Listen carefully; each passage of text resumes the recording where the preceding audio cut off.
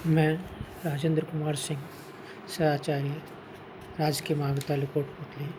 आज हम first year के सेकंड पेपर भारतीय राजनीतिक विचारक में राष्ट्रवाद या अंतर्राष्ट्रवाद पर चर्चा करेंगे।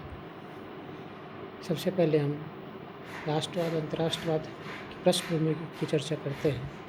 नेहरू एक प्रबल राष्ट्रवादी थे। भारत की आधारभूत एकता में उनका गहरा विश्वास था। वे स्वीकार करते थे कि अनेक सांस्कृतिक, भाषागत और भौगोलिक विविधताओं के होते हुए भारत एक राष्ट्र है। भारत एक राष्ट्र था। उनकी मान्यता थी कि सांस्कृतिक बहुलता और विविधताओं के मध्य समन्वय की अतीत से चली जाने वाली एक सतत परंपरा एक राष्ट्र के रूप में भारत की पहचान का विशिष्ट लक्षण है। विविधताओं को समाहित करने और इन विविधताओं के रहते हुए एकता का सूत्र खोज लेने की भारत की क्षमता के प्रति नेहरू की गहरी आस्था थी। नेहरू की राष्ट्रवाद की संकल्पना के विशिष्ट पक्षों को अग्रांकित रूप में सूत्रबद्ध किया जा सकता है। नंबर 1, राष्ट्रवाद के भावनात्मक पक्ष प्रबल।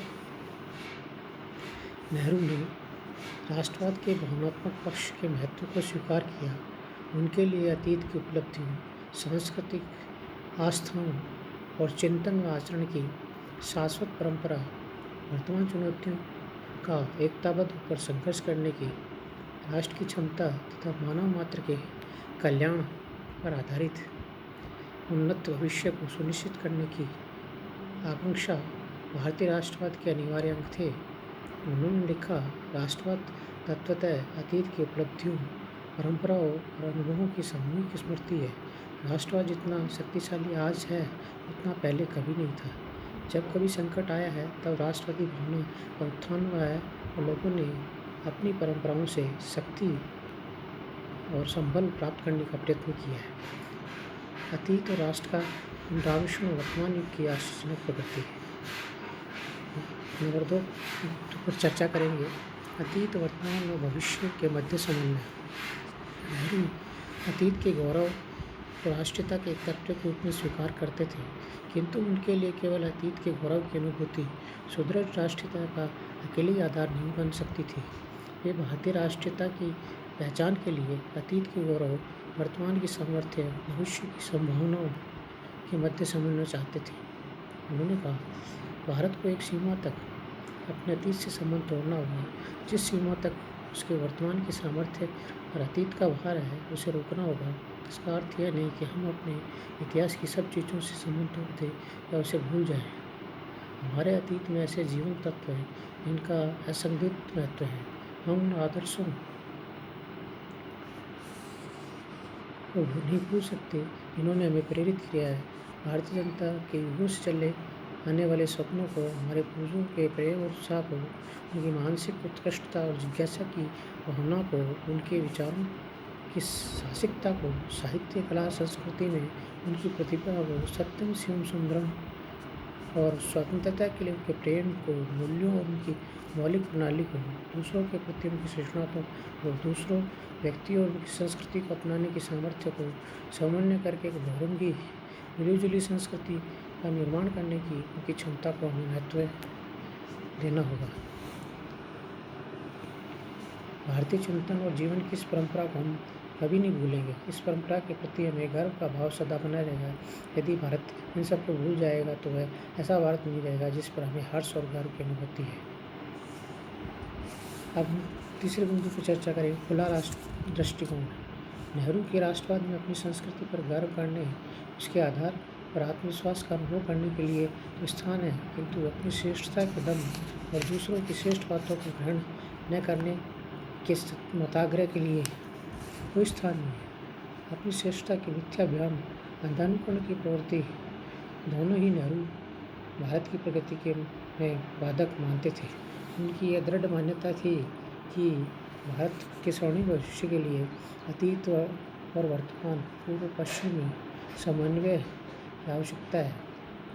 उनकी अपेक्षा थी कि भारत अपनी धरोहर पर तो गर्व करे, किंतु दूसरी संस्कृतियों से श्रेष्ठ तत्वों को ग्रहण करने में संकोच न करे। उनका मत था कि हीन भावना और संकीर्णता से मुक्त होकर ही स्वतंत्र भारत निश्चित रूप से विकास के पथ पर आगे बढ़ता जाएगा। उन्होंने कहा, यह सत्य है कि स्वाभिमानी भारतीय जाति के गौरव पर बार बार आघात किए गए हैं, किंतु सौभाग्य से भारतीयों की घृणा का स्वभाव नहीं है। शीघ्र ही उनकी सद्वृत्तियाँ ऊपर आ जाती है। जैसे ही स्वतंत्रता के नए क्षेत्र दिखाई देंगे, भारत पुनः अपने स्वरूप में आ जाएगा। उस समय भविष्य का आकर्षण इतना होगा कि पिछली निराशाएं और अपमान दृष्टि से हट जाएगा। आत्मविश्वास के साथ वह आगे बढ़ेगा, अपने आप से निष्ठा रखते हुए दूसरों से सीखने, उनके साथ मिलजुल कर काम करने को उत्सुक होगा। आज जो पुरानी परंपराओं के अनुभक्त विदेशी शैली के अंधानुकरण के बीच लटका हुआ है, उन दोनों में से किसी भी रीति से उसे न तो शांति मिल सकती है, न है वह प्रगति और अपनी जीवितता अर्जित कर सकता है। और यह स्पष्ट है कि उसे अपने खोल से बाहर आना होगा, वर्तमान युग की गतिविधियों से सक्रिय होकर भाग लेना होगा। साथ ही ये बात भी स्पष्ट रखनी होगी कि उसे दूसरों का अंधानुकरण नहीं करना है, क्योंकि नव अनुकरण की नींव पर सच्ची आध्यात्मिक और सांस्कृतिक उन्नति नहीं हो सकती। यह अनुकरण की प्रवृत्ति तो थोड़े से लोगों तक सीमित रहेगी, जो सामुदायिक जीवन की मुख्य धारा और जन समुदाय से अलग थलग हो जाएंगे। सच्ची संस्कृति को संसार के हर कोने से प्रेरणा मिलती है, किंतु वह अपनी ही जगह पर पल्वित होती है। उसकी जड़ें सारी जनता में समाई रहती है। निरंतर विदेशी सोचों में सोचते रहने से संस्कृति निजी हो जाती है और छोटे समुदायों की संकीर्ण संस्कृति का युग अब समाप्त हो चुका है। अब हमें आम जनता के दृष्टिकोण से सोचना होगा।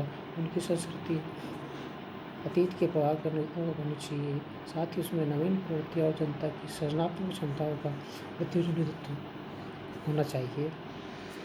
अब हम चर्चा करेंगे भारत के स्वर्णिम भविष्य के आशा बिंदु पर। राष्ट्र के भारत के स्वर्णिम भविष्य के प्रति नेहरू आश्वस्त थे।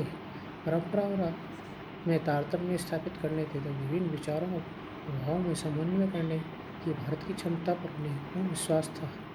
उन्होंने कहा, ऐसा प्रतीत होता है कि पुराना जादू अब हट रहा है। भारत चारों तरफ देख रहा है, वर्तमान समय में के लिए सजग हो रहा है। इसमें परिवर्तन होगा, लेकिन कितने ही परिवर्तन हो, अतीत की प्रतिष्ठा बनी रहेगी। भारत के लोगों के हृदय पर उसका आधिपत्य बना रहेगा। भारत की पोशाक बदल सकती है, किंतु भारतीयता क्षुण बनी रहेगी। इस कठोर प्रतिकारवादी और संध्यास्पद संसार में जो कुछ श्रेष्ठ है, सुंदर और सत्य है, उसे अपनाने में भारत को अपने अतीत के ज्ञान के भंडार से सहायता मिलेगी। अब हम 5वें बिंदु पर चर्चा करेंगे, जनशक्ति में आस्था।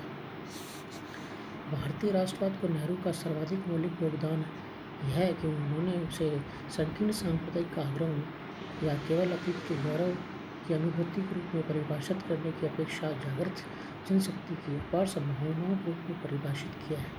उन्होंने कहा है, यह भारत माता क्या है, अर्थात यह भारत क्या है। भारत माता का अर्थ कुछ लोगों के लिए भारत की भूमि हो सकता है। भारत के नदी, पहाड़, जंगल, खेत सभी हमें प्रिय है, किंतु वास्तव में भारत के रूप में जिस तत्व की पहचान की जानी चाहिए वह है भारत के रूप। भारत माता दरअसल है करोड़ों लोग हैं जो भारत माता की जय से तात्पर्य है इन लोगों की जय। मैं लोगों से कहता हूँ, तुम इस भारत माता के अंश हो, इस तरह से तुम ही भारत माता हो। जनता की क्षमताओं में आस्था और जनता की क्षमताओं में आस्था और जनता के कल्याण के प्रति समर्पण नेहरू राष्ट्रवाद के अनिवार्य पक्ष है। भारत की स्वतंत्रता के महत्व को भी नेहरू ने केवल राष्ट्रीय गौरव को पुनः प्रतिष्ठित करने वाली एक घटना के रूप में नहीं, अपितु एक जन कल्याणकारी नवीन व्यवस्था की स्थापना की संभावना, इसकी प्राप्ति के लिए भारतीय जनता के एकताबद्ध संकल्प के रूप में समझा। उन्होंने कहा, हम लंबी अवधि तक घटनाओं के दर्शक बने रहे तथा दूसरों के द्वारा शासित होते रहे। अब हमारे लोगों में कुछ कर गुजरने की आकांक्षा उत्पन्न हुई है। हम अपनी इच्छा में अपने इतिहास की रचना करेंगे। आइए हम सब मिलकर बढ़े और इसका हम हाथ बटाएं। भारत को अपने हृदय में सर्वोच्च शिखर पर प्रतिष्ठित करें, उसे राष्ट्र में महान बनाएं, शांति प्रगति के अग्रदूत बनाएं। द्वार खुला है, सब भावनाएं हमारा स्वागत कर रही है। यहाँ हार जीत का कोई प्रश्न नहीं है। हमें कंधे से कंधा बढ़ाकर एक साथ आगे बढ़ना है। हम जीतेंगे तो एक साथ, हारेंगे तो एक साथ, लेकिन इस अभियान में हार की आशंका नहीं। हमारी सफलता ही सुनिश्चित। हम स्वाधीन होंगे और भारत के करोड़ों लोगों का कल्याण करेंगे। अब हम छठे बिंदु पर चर्चा करेंगे, भारत की स्वाधीनता की अनिवार्यता। राष्ट्रवाद के प्रति आस्था का कारण भारत की स्वतंत्रता का तथ्य नेहरू को उत्तेजित करता था। यद्यपि इनका पालन पोषण अंग्रेजी पद्धति से हुआ, अंग्रेजी सभ्यता जो प्रणाली के प्रति उनके मन में प्रशंसा का भाव था, तथापि कांग्रेस के पूर्ववर्ती उदारवादी नेताओं की बातें वह स्वीकार नहीं करते थे। भारत के कल्याण के लिए भारत का ब्रिटिश आधिपत्य के अधीन रहना आवश्यक था।